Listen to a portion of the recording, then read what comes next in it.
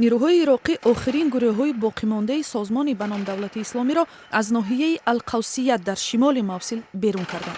عملیات پاکسازی در اینجا پس از آن شروع شد که نیروهای حکومتی تمام ناحیه‌های موصل در شرق رود دجله را از دست تندروان بازپس گرفتند. بتالون قهرمان پیاده نظام نهم در جبهه تبادل التجاری پیشروی کرد. این محله را آزاد کردیم و به سمت معما الادویه یا کارخانه داروسازی حرکت داریم. معمل الادویه.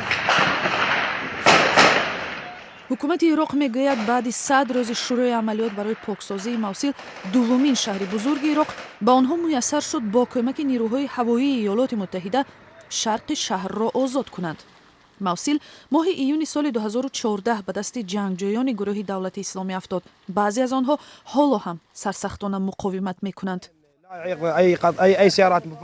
داعش اساساً با استفاده ماشین‌های بمبگذاری شده و اسنایپرها تکیه می‌کند، ولی از هیچ کدامشان نمی‌ترسیم. خدا خواهد با عزم دلیران، افسران و دیگر نیروها تمام شهر موصل را آزاد می‌کنیم.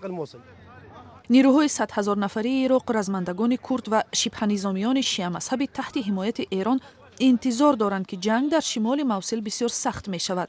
حرکت ماشین‌های زیره‌پوش و توپخانه‌ها از کوچه‌های باریک شهر تقریباً امکان ناپذیر است.